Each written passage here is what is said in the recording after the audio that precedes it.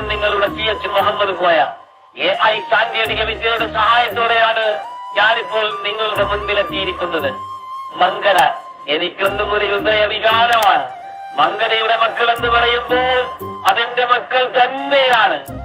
അന്ന് നമ്മുടെ കുട്ടികളെ, പ്രത്യേകിച്ച് പെൺകുട്ടികളെ സ്കൂളിലെത്തിക്കാൻ നാം ഒരുപാട് പ്രയത്നിച്ചു. ഘട്ടം ഘട്ടമായി നമ്മൾ അതിൽ വിജയിച്ചു. ഇന്ന് നമ്മുടെ പെൺകുട്ടികളെ കൊണ്ട് കലാലയങ്ങൾ നിറഞ്ഞിരിക്കുകയാണ്. മനസ്സ് നിറയുന്ന കാഴ്ച തന്നെയാണത്.